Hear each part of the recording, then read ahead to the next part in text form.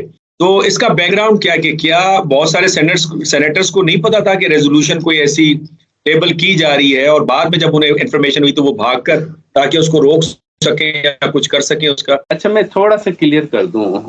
ہوتا یہ ہے کہ ریزولیشنز میں عموماً یہ ہوتا ہے کہ پرائیویٹ ممبرس کی جانب سے پیش کی جاتی ہیں اور اس پہ ذکر ہوتا ہے, اس میں ایجنڈے میں شامل ہوتی ہے. آپ اسمبلی کی کارروائی یا سینٹ کی کارروائی کریں, اٹینڈ کریں بینگ اے جرنلسٹ, تو آپ جائیں گے تو آپ کو وہاں پہ ریسیپشن پہ وہ جو ہمارا پریس گیلری ہے اس کے باہر آپ کو ایجنڈے کی کاپی میں موجود ہوتے ہیں جس میں مینشن کیے جاتے ہیں کہ یہ ریزولیشن پیش کیے جائیں گے اور اس حوالے سے بات کی جائے گی. یہ کوئی سپلیمنٹ ریزولیشن ایسے وہاں پہ پیش کیا گیا اور اس کے علاوہ اس کو فوری طور پہ منظور کیا گیا. جیسے ذکر کیا اس میں صادق سنجرانی کا بڑا اہم ہاتھ ہے, بڑا رول ہے, کیونکہ صادق سنجرانی چاہتا تو اس کو کسی نہ کسی وجوہات کی بنیاد پر, کیونکہ اس میں موسٹلی پارٹیز کی نمائندگی نہیں تھی. اور جو آپ سینیٹر کے بھاگنے کی بات کر رہے ہیں, ابھی بھی دیکھیں پی ٹی آئی کے وہ سکھ رہنما ہے, ایک سکھ ہیں اور سینیٹر ہیں, ان کو نوٹس جاری کیا گیا کہ آپ نے اس میں کیوں اپنا کردار ادا نہیں کیا. اس پہ یہی وجوہات پوچھی گئی. سینیٹر اس کو فوری طور پہ بھگایا گیا, بھیجا گیا کہ جلدی جائیں عوام کے اندر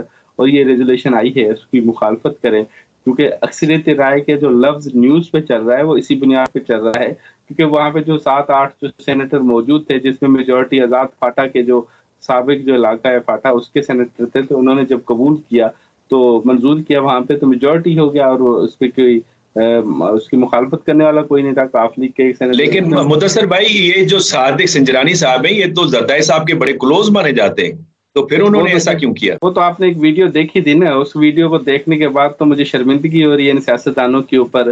آپ نے شاید ایک ویڈیو دیکھی تھی مولانا فضل الرحمان کے بیٹے کے ولیمے کی, جس میں صادق سنجرانی گئے تو آصف زرداری جس طرح کا تھریٹ دے رہے ہیں اور ایسے کر رہے ہیں کہ انگوٹھے کے نیچے ہو اب تمہارے. تو یہ ان کی اوقات ہے, یہ ان کی حیثیت ہے کہ زرداری صاحب ان کو انگوٹھے کے نیچے کر رہے ہیں اور زرداری صاحب کو پہلے وہ تھریٹ دیتے تھے. زرداری صاحب کا اسٹیٹس کیا ہے, سنجرانی کا اسٹیٹس کیا ہے بینگ اے جرنلسٹ؟ میں سمجھتا ہوں دونوں بڑے اگر لیڈران ہیں تو وہ ایک دوسرے کو جس طرح کا آئیکن شو کرتے ہیں اس سے ان کی حیثیت اور ان کی اوقات نظر آتی ہے کہ ان کی کیپیسٹی یہ ہے کہ ایک دوسرے کو کسی سابق اسٹیبلشمنٹ کے کسی فوج کے بڑے افسر کے نام سے ایک دوسرے کو تھریٹ دے رہے ہیں کہ وہ تھا تو تم بڑے لیڈر تھے اور آج وہ نہیں ہے تو میں تمہارا کیا کروں, آج میرے ساتھ وہ ہے تو میں آپ کا کیا حال کر سکوں. یہ ان کی کیپیسٹی ہے. تو یہ سیاستدانوں کی کریڈیبلٹی کی وجہ سے عوام کی نظروں میں یہ سیاستدان گرتے جا رہے ہیں. یہ تو آپ نے ایک بڑی اسٹرائکنگ فیکٹ آپ نے دے دیا, یعنی اب بھی ہم نے ماضی سے سبق نہیں سیکھا اور یہی وجہ ہے کہ جمہوریت کو نقصان پہنچتا ہے. اچھا مدثر صاحب یہ فرمائیے گا کہ ٹیکنیکلی اس ریزولوشن کی حیثیت کیا ہے؟ فورم پورا تھا نہ ہونے کی وجہ سے ریزولوشن پاس سمجھی جائے گی, بائنڈنگ ہے ریزولوشن نہیں ہے, اس پہ سپریم کورٹ کا اور ڈفرینٹ پولیٹیکل پارٹیز کا موقف کیا ہے؟ جس طرح آپ نے فرمایا کہ پیپلز پارٹی الیکشن کروانا چاہتی ہے, مسلم لیگ نون کروانا چاہتی ہے, پی ٹی آئی کروانا چاہتی ہے, اور آپ نے فرمایا کہ جیسے مولانا فضل الرحمان ہو گئے اور احمد ولی خان صاحب کی پارٹی این پی ہو گئی اور کیو ہو گئی, وہ نہیں کروانا چاہتے. تو ان کا ریئیکشن کیا ہوگا, اس کا مستقبل کیا ہوگا؟ الیکشن پھر ہوں گے یا نہیں ہوں گے؟ الیکشن تو جی ہوں گے, اور جہاں تک کہ سمبولک ہوتا ہے جو ریزولیشنز ہوتے ہیں سمبولکس ہوتے ہیں. آپ کیا سمجھتے ہیں کہ اگر ہم اسرائیل کے خلاف ریزولیشن پاس کرتے ہیں تو کیا مطلب کہ یہاں کی فورسز جا کے اسرائیل پہ حملہ کر کے اس کے اوپر قبضہ کر لیتی ہیں؟ سمبولکس ہوتے ہیں, سمپیتھی کے ٹائپ کے یہ ریزولیشنز ہوتے ہیں. کشمیریوں کے حق میں ہوں, فلسطین کے حق میں ہوں, اسرائیل کے خلاف ہوں, جس صورتحال پہ ہو, ایک سمبولک سسٹم ہوتا ہے. اس میں صرف اخلاقی جواز کو کاؤنٹر کیا جاتا ہے. ہاں البتہ ہے کہ میجورٹی ہو تو اس کو کورٹ پہ جا کے پھر کہیں نہ کہیں فری کین اگر معذرت چاہتا ہوں ایک پیج پہ ہو تو پھر اس کو ڈکلیئر کیا جاتا ہے. پر میں آپ کو ذکر کیا اسٹارٹنگ میں کہ اب الیکشن وقت پہ ہوں, یہ ریزولیشن جمع ہو چکا ہے سینٹ سیکریٹریٹ کے اندر. اس کا مطلب یہ ہوا کہ establishment and all political parties, when I say all political parties, major political parties ہیں وہ چاہتے ہوں جی الیکشن تو ہوں گے, الیکشن استحکام بھی انشاءاللہ آئے گا.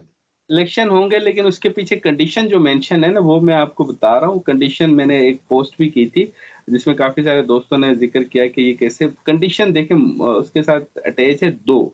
ایک خدا نہ خاصا کوئی بڑا ڈیزاسٹر نہ آ جائے, کوئی ایسا خدا نہ خاصا کوئی بڑا واقعہ نہ ہو جائے جس کی وجہ سے کوئی اس طرح کے حالات ہوتے ہیں, تو پھر مجبوری ہے. خدا نہ خاصا 5 اکتوبر جیسا زلزلے کا خدا نہ خاصا واقعہ ہو جائے, خدا نہ خاصا محترمہ بینظیر بھٹو جیسے کسی لیڈر کی شہادت نہ ہو جائے, خدا نہ خاصا یہاں پہ کوئی ایسی آئینی آفت نہ آ جائے, خدا نہ خاصا کوئی بیماری نہ آ جائے جس کا ذکر ہم کورونا کا کر رہے ہیں, اس صورت میں الیکشن ملتوی ہونے کے خدشات ہیں. لیکن ابھی جو صورتحال ہے کہ کوئی بڑا لیڈر ایسا ہمیں نظر نہیں آ رہا, کوئی بیماری ہے ہمیں نظر نہیں آ رہی, اللہ خیر کرے گا, کوئی قدرتی آفت بھی نظر نہیں آ رہی. تو یہ تینوں کنڈیشنز اگر آتی ہیں ان میں سے کوئی ایک بھی, اس صورت میں الیکشن ملتوی ہو سکتا ہے. ادروائز ابھی کوئی ایسا جواز موجود نہیں ہے جسے ہم کہیں الیکشن ملتوی ہو رہا ہے, اور لوگ سادہ سے لوگ ہیں سمجھتے نہیں ہیں. مدثر بھائی یہ جواز بن سکتا ہے چونکہ اس وقت پر تول رہا ہے, اور بلکہ وہ ایک لحاظ سے تو یہ بھی کہہ رہے کہ شاید پاکستان ان کے اوپر حملہ کرے, جنگ ہو جس کی وجہ سے الیکشن جو ہے اس کو ملتوی کرنا پڑے. انڈیا کے ساتھ جنگ ہو آپ کہہ رہے ہیں؟ انڈیا خاصہ اگر کوئی اس طرح کی صورتحال خراب ہوتی ہے کشمیر بارڈر پہ. نہیں, اس طرح کی صورتحال ہو نہیں سکتی اس وقت. وجہ یہ ہے کہ 2024 بھارت میں بھی تو الیکشن کا سال ہے نا, تو بھارت یہ تو نہیں چاہے گا کہ جنگ کی صورتحال ہو تو وہاں پہ بھی الیکشن ملتوی ہو, تو یہاں پہ بھی الیکشن ملتوی ہو. تو بھارت ویسے تو کرتا ہے گیدڑ بختیوں کی حد تک, تو وہ بیانات دیتا ہے اور اس طرح کے اسٹیٹمنٹس دیتا ہے, لیکن اس نے جو پیچھے ہم نے دیکھا نا ابھی نندن والا معاملہ, اس نے اس طرح کی حرکت کی تھی, جواب ملا ہے. I hope you like the tea. The tea is fantastic. Thank you. تو اب وہ اس طرح کی کوئی حرکت نہیں کرے گا. البتہ الزامات اور بیانات 2019 جی وہ تو چیز کرے گا, لیکن خدا نہ خاصا کوئی جنگ کی صورتحال نہیں ہو سکتی, اور نہ اگر ہوئی بھی تو ابھی وقت نہیں بچا اتنا. سر جی اب دیکھیں نا, آج 6 تاریخ ہے, تقریباً اگر دیکھا جائے 2 دن الیکشن کیمپین, تو ٹوٹل آپ کے پاس 30 دن بچے ہیں, ٹوٹل 30 دن. اور 30 دن 15 جنوری کے بعد میں آپ کو یہ خبر بھی دیتا چلوں کہ 15 جنوری کے بعد تمام سیاسی پارٹیوں نے باضابطہ کیمپین شروع کرنے کا اعلان بھی کر دیا ہے, تمام سیاسی پارٹیوں نے. اور کچھ نے تو شیڈول بھی جاری کر دیا ہے کہ 15 جنوری کے بعد فلاں فلاں جگہوں پہ ہمارے جلسے ہوں گے. تو 15 جنوری کے بعد آپ گہما گہمی دیکھیں گے الیکشن کی. ہاں خدا نہ خاصا گہما گہمی کے چکر میں کوئی 2007 جیسا محترمہ جیسا واقعہ کوئی خدا نہ خاصا رونما نہ ہو جائے.